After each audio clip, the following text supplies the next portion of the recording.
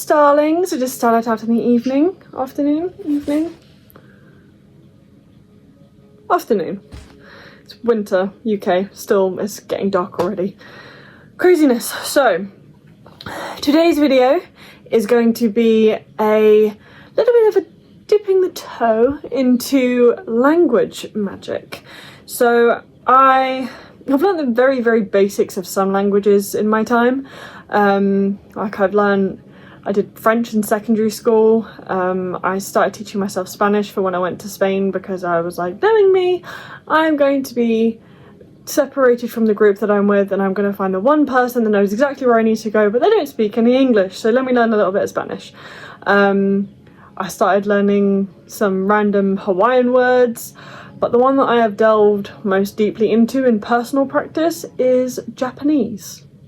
So I thought I would go a little bit into how learning that language and how it links to the culture and things like that has actually kind of like shaped my worldview and my craft. So I do have some notes. I have a fair few notes. So this might be a little bit of a longer video, but I know that you guys don't mind that. So as always, I will probably be doing a little bit of shifting around because this setup at the moment, I am sat on the floor, my legs go dead quite quickly. However,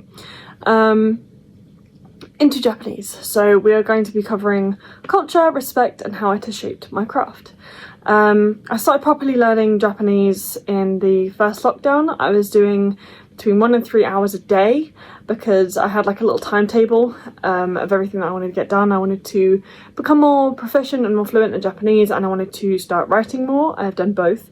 But writing I've kind of kept up with. Japanese kind of slips to the wayside quite a bit, so I am not anywhere near as proficient as I was back then, which is sad. But I had like a little timetable, and I had an hour of reading, an hour of writing, and an hour of speaking and listening blocked out onto this timetable every single day.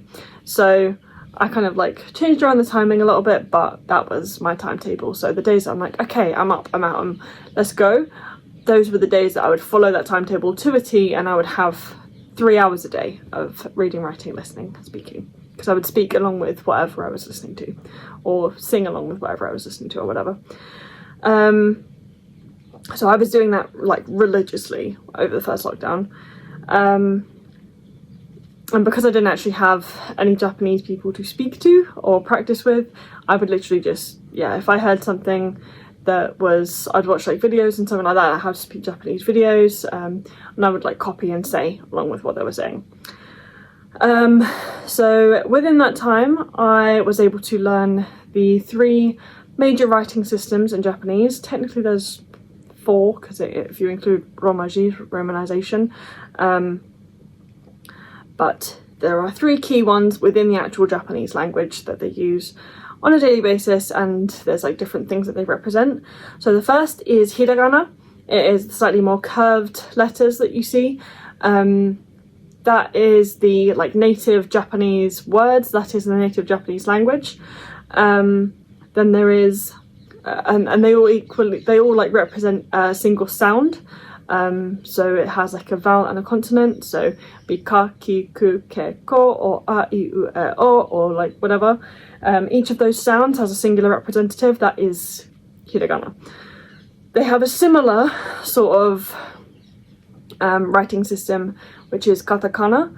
They are kind of like more sharply like edged, I suppose like pictorials, because it's like kind of a pictorial language, or like letters or symbols, and they're slightly more sharp edged symbols, but they each represent a single sound like in hiragana, but they are, katakana is for foreign words. So if it was Korean or American or something that is not of Japanese origin, basically, they put that in katakana.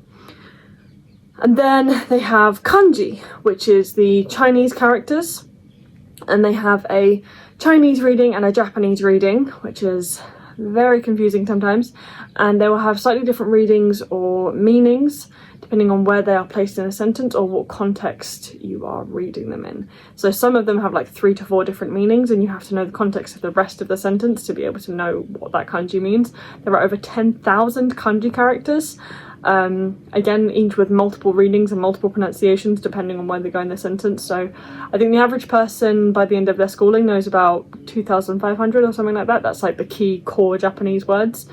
But if you were to ask some people in the street to like draw out the kanji, I've seen videos of people doing it, to draw out the kanji for this particular thing, that they don't know it. So but kanji can be, unlike hiragana, katakana, kanji can be actual words or phrases, or like part of a whole phrase, whereas hiragana, it only represents a single sound. Like you can't have an entire word that's represented in that sound. It's like, yeah. But the actual like stroke order and everything like that is also very important. So they kind of remind me of like sigils and sigil magic and spells. So I actually, no, I was going to get, I haven't got them yet. I've got the runic tattoos, don't know if you can see that. Underneath, I'm gonna, like probably around here somewhere, I am gonna get some kanji tattoos, because after the amount of stuff that I've learnt of the language, it's actually like kind of, I don't know, it's near and dear to my heart. It's kind of personal to me.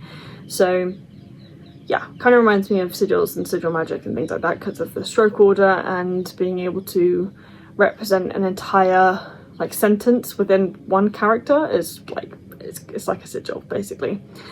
They've also got these things called dakuten, which is like a little, like there's little strokes or the little circle that you see that's placed on certain hiragana and katakana sounds, because that changes the pronunciation of the sound. So say if you were to have, I don't know, sa in hiragana, and then you put the little dakuten, that having the dakuten would change it to za, or ze, or zo, or zu. So the dakuten would change it again. So it's like having that single stroke changes the entire sound that you make when you read that character, which is very cool. Moving on to the next point. Keigo is taught first. So politeness is very, very key in the culture. Keigo is like the polite Japanese language. That is what you use with your superiors or strangers or people you don't know, or say if you're in the workplace, that was what that keigo is what you would use with your boss or any of the superiors within the company. If you're in school, you would try and use keigo with the teachers or with your upperclassmen. So that is kind of what is taught first, especially if you are a foreigner learning Japanese. They encourage you to learn keigo before you learn any casual Japanese, because polite is better to be kind of more formal, especially if you don't know, rather than being overly casual and potentially offending someone. So respect is default, basically. Yeah, so you use it with elders, strangers, customers, higher ranking persons of any kind. So as long as you understand keigo, then you'll be able to understand like any kind of more casual Japanese that you would use with friends or family or people of a lower kind of like social ranking than you, I suppose. So only the people you are familiar with, the same age as or older than you, should receive, or that you are older than, should receive casual speech. This is influenced by the way, so it's influenced the way I see people and peers. So yeah, going with the vibe of like politeness is default, like disrespect is earned kind of thing. That has kind of shaped the way I see like the people in my life and my peers and just like random people out in the street, to be able to be like, okay, well, respect is default. Like we are automatically going to be kind and respectful and understanding unless given a reason not to be. So that has really, really helped with that, I think, because yeah, the way that I was raised, or part of the way that I was raised, more on my dad's side, was kind of like be wary of everybody, like don't trust anyone. And while keigo doesn't necessarily represent trust, it's like being the person to extend the olive branch before there is even an olive branch needing to be extended, basically. So I find that very, very interesting. They're also kind of the same way with customs like pouring drinks and serving food at the table. They're done by the youngest. that are able to at the table to show respect to their elders, or it is done by the host to the guest to show hospitality. So yeah, again, having that idea of like the people that come to you, the people that are older than you, things like that, not necessarily like they are the only ones that are worthy of respect. It's more you are recognizing that everybody has wisdom. I think that's where I got that from, is recognizing everybody has wisdom to share, everybody has an experience to share, everybody has some sort of intelligence or knowledge that they're able to share, or a perspective or an opinion that nobody else has, and that is how we can all learn from each other. I think that's how I got that idea. Moving on to the next point, there are certain numbers, specifically 4 and 9, that are unlucky because the kanji can be pronounced differently, and the way it is pronounced changes the meaning. So you can read them as numbers. So I think 4 is shi or yong, and shi means death or 4, and 9 is Q, and Ku, I think Ku means suffering. So most like hotels and things like that, or buildings will skip out a fourth and ninth floor. Like there are some, for example, in English-based companies or buildings or countries, I suppose, that skip out the number 13 because they think it's unlucky. I will do a whole other thing on that as to why, like, 13, skipping out 13 or any of the numbers within the Fibonacci spiral is actually removing our ability to harmonize with the universe, but that's another video. For example, this one, 4 and 9, they are kind of like removing themselves from that energy, and I see that very, very interesting, especially when it comes to magic and numbers like 9, especially within witchcraft, because obviously 9 is like 3 times 3, that is one of the sacred numbers. 4, the number of 4 elements, 4 base elements, things like that. So having that of like, okay, the pronunciation's different, it can also mean death and suffering, this is an omen. Seeing different cultures and different experiences with different words, different sounds, different meanings all around the world, it's just so interesting to me, and it has helped me kind of like think about traditions and cultures and omens, and it just makes me want to learn more about everything else, you know, which is one of the reasons why I'm doing the Broaden Your Horizon series, which is something that you can keep up with on here, on TikTok and on Instagram if you are interested. When you are reading kanji, you have to pay attention to the context to think about which pronunciation to use. I did kind of touch on that earlier. Japanese is a very, very context-based language. It is, for example, they will, it's actually the next point, so I might as well just read that. The syntax and sentence order is backwards compared to English. It really made me consider the why of all languages. So, for example, in English you would say, I watch television. In Japanese you would say, terebi o mimasu, which is like television I watch. So it's literally backwards, and so that we call that the syntax of the sentence, is the order of the wording in the sentence. Being able to see like the word order and pronunciation, and it just really made me think about why certain people and certain territories and certain languages exist, and how we are able to understand that, but once we're kind of raised with that, we don't really understand much else until we learn it. Like, it's so mind-blowing to me. Language is weird. So that's the next point. Language is weird. Is literally what noises and shapes can I make to be understood and portray my thoughts and feelings to others. It's the same with having names and stuff like that. That's why, like, names are very important, but they're also kind of not, because it's literally just, what noise do I make to get your attention? Like, it's so strange.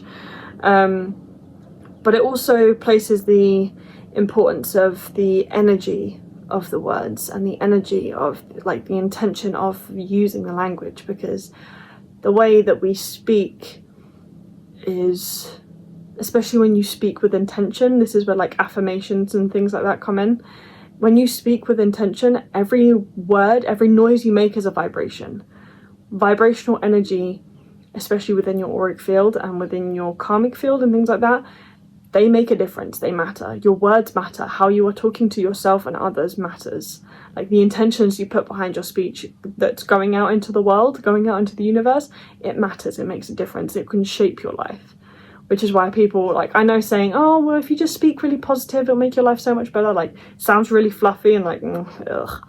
But changing the way you talk to yourself, changing the way you speak to others, changing how intentional you are with your life. Language magic has made me realize that, like, you can literally change your own mood just by telling yourself you are in a different mood, because you are intentionally changing your frequency with those words. Like, that is wild to me. I think this is one of the last points. We're getting there. So this one is, I would like to use more Japanese in my craft, to learn more about the mythology too and the spiritual customs. I might make a series on it as I learn more, because I know I'm not alone on that one.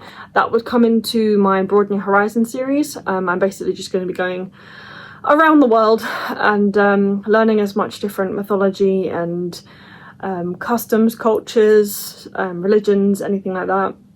Any deities, any mythological beings, anything like that. Anything I learn, I will probably put into that series, and if it can go in any other playlists, I'll put it in the other playlist as well. But yeah, I definitely want to learn more Japanese, want to incorporate it more into my craft. I would like to be able to use Japanese in some of my spells, because that is like to place more intention and more emphasis on some like certain words and phrases and stuff like that, to kind of like boost the energy of that word. But yeah. Next point was, watch out for DM. Watch out for the DMs, yeah. So just a little bit of maybe not so positive things. So I won't end on this, but a couple of things that I've learned that are about the culture and the mostly the kind of like anime and manga and things like that. It's definitely not all for kids. Like, if your kid comes up to you and it's like, I'm watching this anime, double check what it's about, please. There are some that are really, really, really not for children. Just because it's cartoon does not mean it's for kids. So the art style is inspiring, and the like anime and manga are fun, but please, if you have children, and like especially if you don't watch it yourself and you're like, oh, it's fine, it's not all fine. Please double check what they're actually watching, which can kind of lead on to the weeaboo hentai type thing. Hentai literally means in the Japanese language. Those kinds of people can be really, really cringy and kind of creepy. So especially when they hit you up in your DMs and they're like, oh, Oni-san, can you please like notice me senpai, blah, blah, blah, blah. Makes me cringe.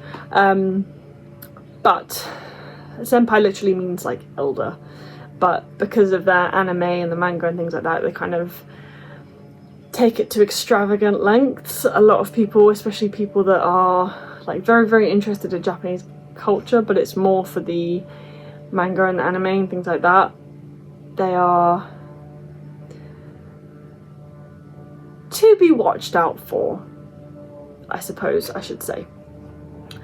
It can very, very quickly turn into a bit of a fetish. So big red flag, please be careful for that. And they've also got a little bit of a toxic work culture when it comes to how they hustle. They hustle hard, but they can literally work themselves to death. Like, it's not, they don't joke when it comes to their work ethic. So simultaneously a good and bad thing, but as long as you take the positives from it and then learn from the negatives, I suppose it's all good. But moving on to the final point before we wrap up. Learning a language, specifically Japanese, continuing with my Japanese studies, and then starting to gain basic understanding of others as well, is kind of, I think I've spoken on some of my shorts. I have a new dragon guardian. His name is Tan for internet purposes, or public person purposes, I suppose. Yes, I did get it from Fourth Wing. He found it funny, so it stuck.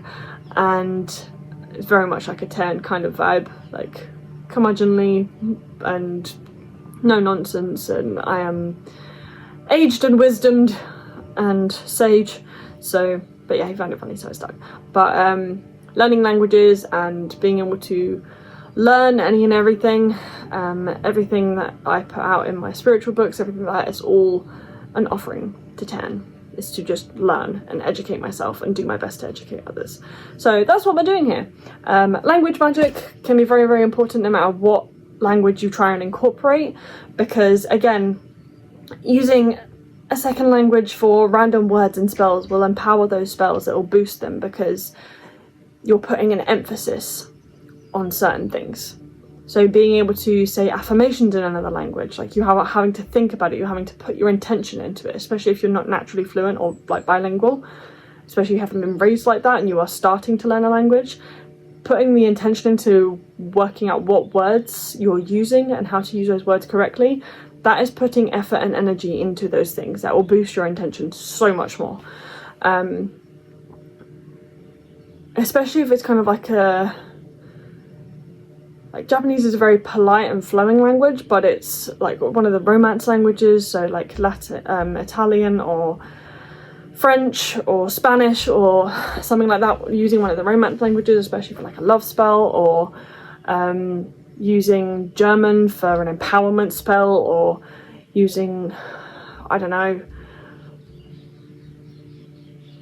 Arabic for an abundance spell because of the flow of the energy and the sounds and the things like that. Like, there are so many different ways to incorporate language into magic. Even if you just stick with your own language, learning the kind of the flow of your words, and it's why in spell work we tend to go with like poetry and things like that, because of the flow of the energy, the flow of the words can help focus your intention so much more.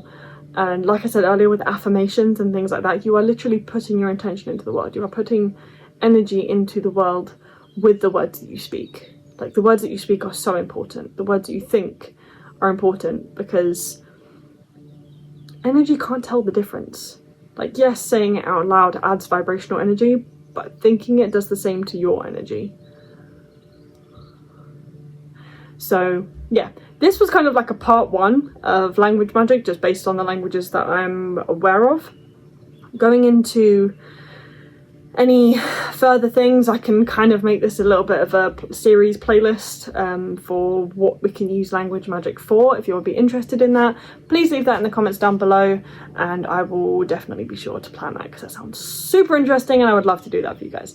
Other than that, I think this kind of wraps up this video. So be unapologetically you, no shame, and I will see you in the next one. Bye!